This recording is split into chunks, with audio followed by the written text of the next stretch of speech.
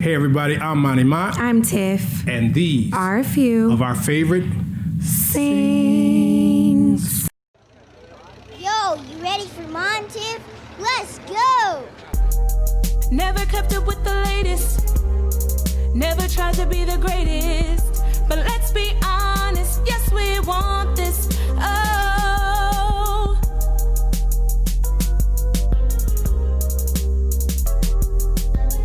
Little more demure today. Yeah.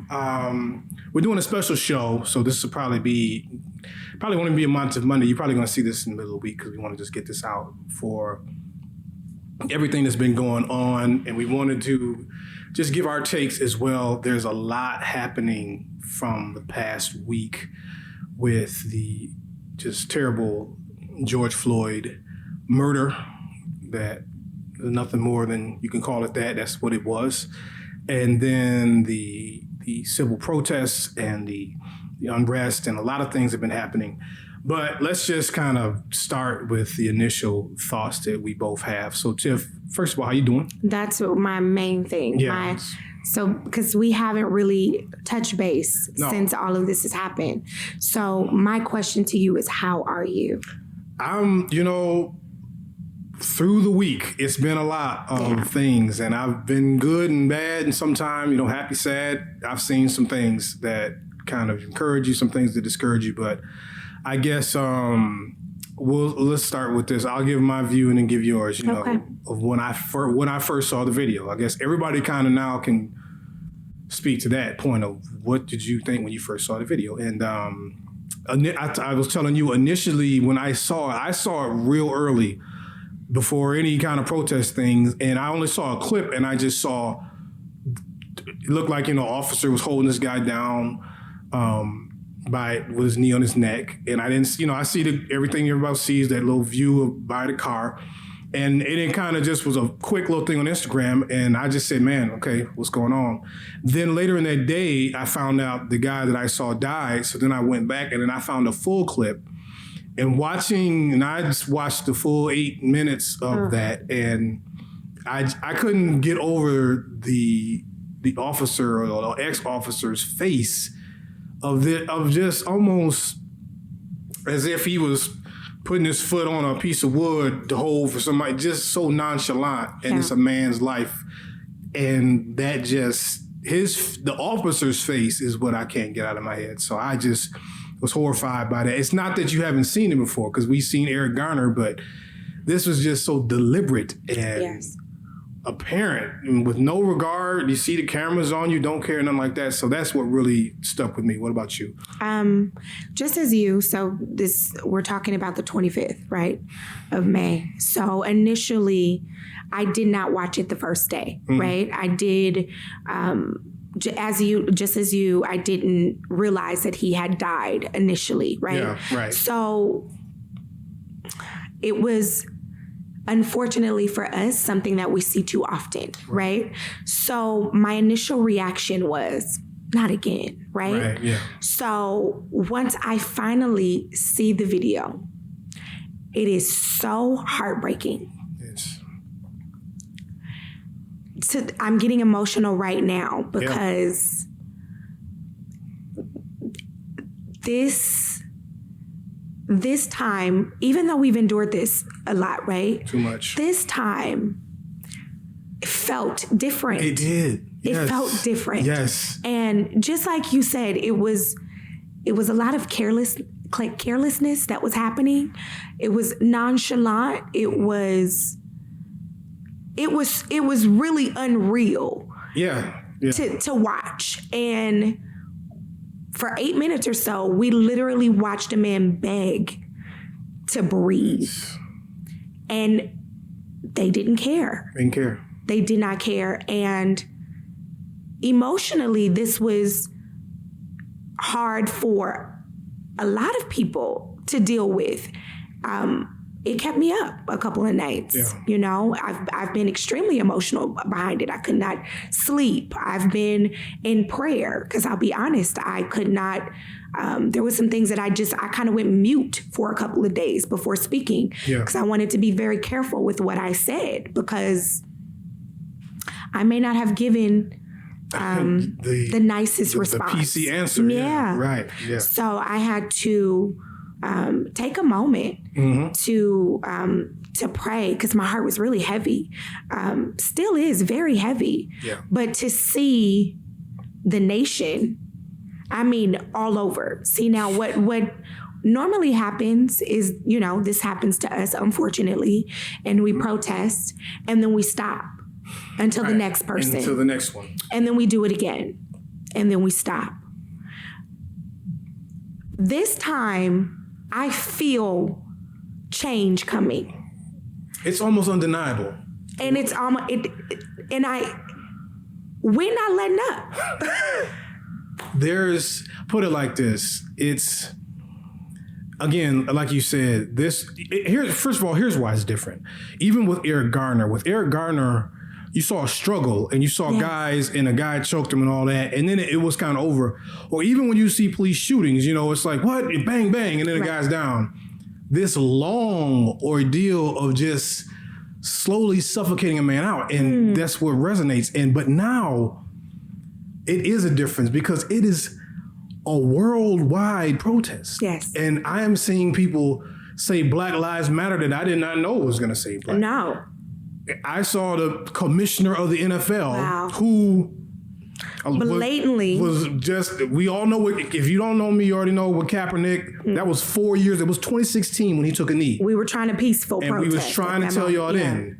And Kaepernick was, and wasn't nobody listening. And now he literally is saying, I was wrong. Right. And for whatever kind of motives you want to say it for, he's still saying it. And it's just like, this is different. And I was like you. I was very worried at first, because even before like the looting stuff with the protests, because like you say, sometimes we protest and it's like, man, that's crazy. And the next week I was urging people, like, don't just let it be this. No, we can't let up. We can't, but I'm being more encouraged in that, because it really feels like, did you see in DC?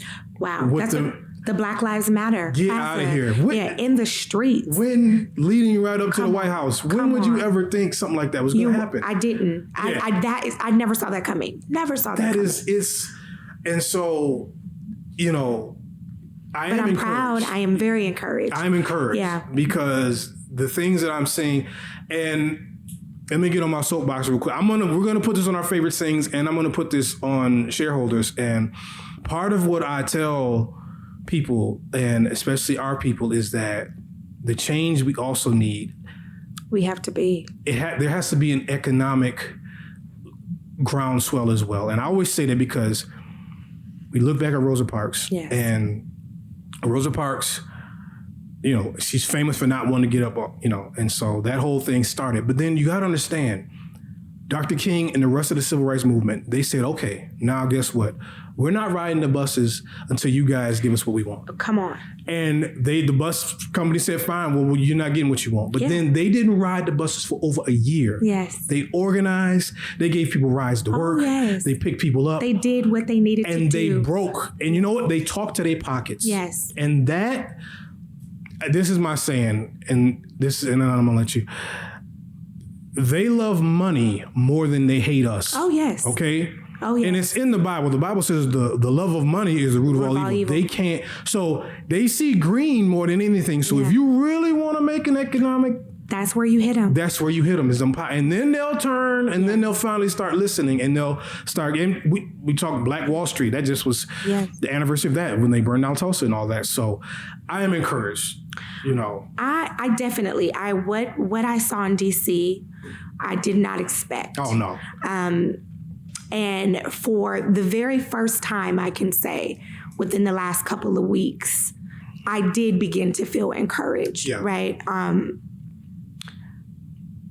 People are talking about the looters and the protesters, right? But we have to understand that the two are not the same. Absolutely. Okay? There's looters and then there's protesters, okay? And we cannot lump them. Because then we allow them now to change the narrative of what's happening. And we cannot do that. There's always going to be a couple of bad apples, if you will. Yeah. Not necessarily even calling them that, but Right. I'm just saying we can't lose focus because that's happening. And I think the difference between now and then, speaking of, the civil rights times, Dr. Martin Luther King and the Malcolm X's and so on and so forth, like you said, they spoke to their pockets, okay? Mm-hmm. They had no choice but to listen. Yep. Not only that, I touched on how we march and we stop. We march and we stop. We protest and we stop. They never stopped. No. They never stopped. It was their whole life. Yes. Yeah. Like they never stopped until real change happened. And because of that, we may not be completely free, but because they never stopped, we are afforded a lot today. Come on. Just because of what they did. So I think that if we continue, change is coming. And on that, let me say this. And I was talking with a young lady, an African American young lady online, and just a good dialogue. She was more so like, I'm just mad and I want just burn it all stuff. And we started really talking. But then I said, here's the thing though. Some of the change we want, our generation might not see. Yes. Just like Dr. King's generation didn't really see all the fruits of their labor. Mm-hmm. I said, we got to be willing to sacrifice a little bit that maybe our next generation truly see. And I said, I know that's hard because she was saying, but what about right now? I said, well, right now, we might not see everything. Yeah. We'll see the wheels turn. Right. But like I told somebody, I said, you know what I want to hear? I don't want to hear, I'm so mad. I want to, do the right thing, throw a trash can through a window. Yeah. I said, I want to hear somebody say, I'm so mad I'm going to law school. Ooh, that kind of stuff. Yes. Yeah, but that takes time now. Yes. You just can't be a lawyer tomorrow. No. But let this be the catalyst where a generation rises up. So we might not cash in tomorrow, but like I said, don't stop. And like you said, they didn't stop. So they never stopped. Do you think...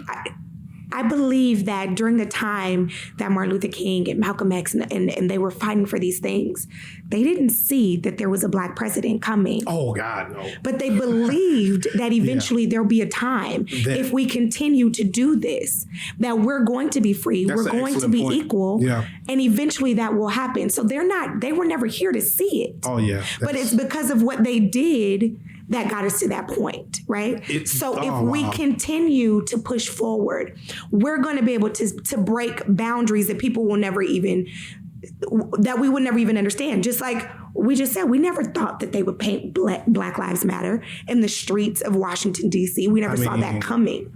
But we cannot stop. And we literally cannot stop. The amazing thing is, even back in those days, back with Dr. King, you would see a few white supporters with him in the marches. But when I see these protests now, it is an Oreo cookie out there, y'all. And I mean... Not to glorify the looters, I do want to say this, they of all colors, I do want to say that. Let me get real. Let me hit on that very quickly with the looter. I meant to say about that too. So you have to understand, in any kind of society, there are people who will try to take advantage of the situation. Of course. Okay. Do you understand? I want to put y'all up on game on something. When there's a natural disaster, you remember like the Haiti earthquake or something like that. Do you know two types of people descend on the scene? I'm not talking about medical workers. Do you understand? Human traffickers go down to these sites. Oh. And which is kind of the same thing, but the organ traffickers, because they go through bodies. Yes. And they're also, because of the infrastructure so bad, like in places like Haiti, they're just snatching people. Absolutely. And that really happens. They're looting bodies and human beings. So the looting that's happening, it is what it is, but it shouldn't, like I said, I don't want the narrative to be changed. No. Because not even 10% of the people out there are looting. It's a small percentage of people. All colors is looting, all colors, and it's on camera. Yes. But, so, and that's, and then the people that are against it, of course, be like, oh, everybody's just out there burning it. Stop. That's not. I mean, I've actually seen some very disturbing footage of, I'm just going to say, some people in potentially law enforcement starting some things. Well, I mean, we have reports of even when it first initially started, the rioting in Minneapolis, it was started by a police officer. I saw a guy in plain clothes, dressed in black with an umbrella in his hand, and he was smashing the windows of the AutoZone, and they were like, "What are you doing?" You know, they were like, "I've heard they're talking about people are dropping off bricks in the middle of these cities as if to give people something to throw," which is so, you know, that's that's a whole nother thing, because they want, you know, this is provoked. And then people are blaming each side. Well, that's the left that's doing it. It's the right that's doing it. Whatever. Yeah. Just don't stay focused. Yeah, stay focused. Yeah. I actually heard Killer Mike speak very well at this with the Atlanta mayor when he was talking about. He said he spoke some good things because, of course, with Atlanta, he was just like, you know, him, T.I., and a couple people, we own half this stuff that you guys. So he was just saying, take time, really think about what's happening, and just do it a better way. And I'm seeing it done a better way in a lot of places. So they have insurance, by the way, though. Yeah, you know, and there's insurance to cover things as well. Yeah. I'll tell you what, you know, if you didn't have insurance, it's a time to get it. Just be careful. You don't know. But I just, again, kind of just to put a cap on it, I really do believe that, like you said, this is different. It feels different. It feels different. And I saw my Amish people out there with the signs. What's up? Man. Come through, Amish folk. Come through. I don't know who told y'all. Yeah. I don't know how y'all got word. They don't even got TV. Yes, I don't know who. But somehow a pigeon went over there and told, well, we thank you. Come through. Yes, come on through. I am so surprised by just this world outpour. Yes, I mean, Belgium. Of course, places. Ghana is telling us to come home. You know, well, did you see that? They said if they don't want you, you can come on home. Marcus Garvey. That's a whole nother talk. We can talk about that. But you know, so we just we wanted to give our spin because and that's another thing. It feels like everyone has a take. You know, my church is going to do a panel on this coming up, and it's just like you have to talk about this. Yes, and not that anybody else that died in this fashion, they're not as important. They all are. There's a lot equally as important. I mean, we still waiting for Ahmaud Arbery, his justice. Yeah, but here's this time it was almost every other time there's been a loophole, if you will, right, where they've been able to somehow manipulate, change it up, and but this time it was.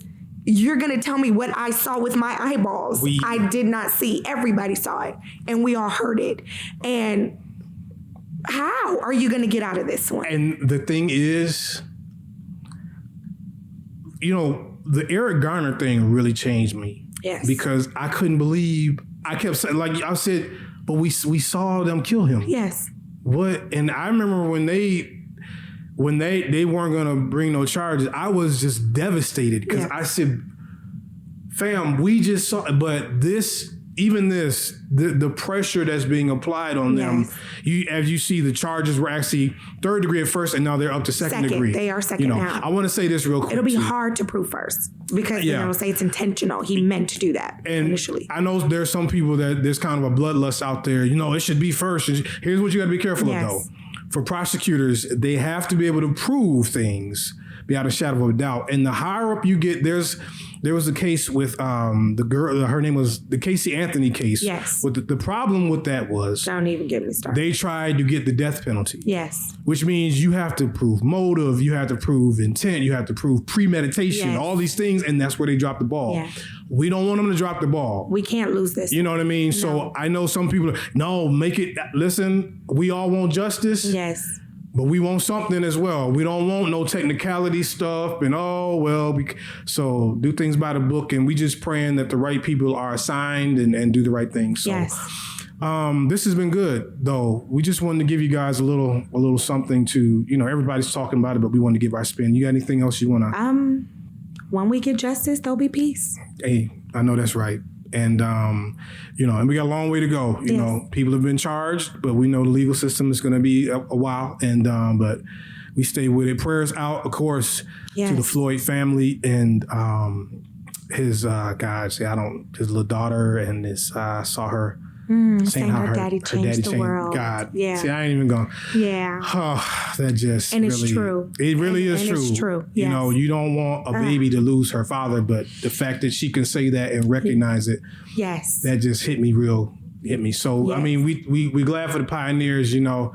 You see, I mean, I got Ali on the wall, but we really want this to be a change, not for just our generation, but for the generations to come. And you made such a great point. Yeah.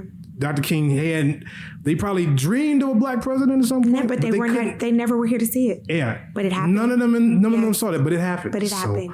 You know, prayers up, and, you know, be safe, you guys out there. You know, my protest people, maybe just 6 feet. Space it out a little bit more in the protest, y'all. I'm not sure Corona gone. You know, Rona's still. Miss Rona. I just don't want us to. Yeah, I be getting a little nervous just because. Yeah. It'd be sardines packed in. Yeah, you know, put your mask on. Keep the mask on. Try to keep a safe distance. Maybe just don't holler right in your boy's neck. Yeah. So, all right, but be encouraged, everyone. Yeah, this is a very special episode. It's like that after school special. For our favorite things. But keep checking us out. Website, of course. We're on iTunes. We're on Spotify. We're on YouTube as well. Subscribe. We appreciate it. Tiff, anything else? No. Just stay encouraged. Yes, definitely. And let's not let up. We keep it going. Do not. So you guys be blessed. Stay sharp. This has been a production of the MyTSharp Network. Executive producer is Monty Mont. Watch the corners and always stay sharp.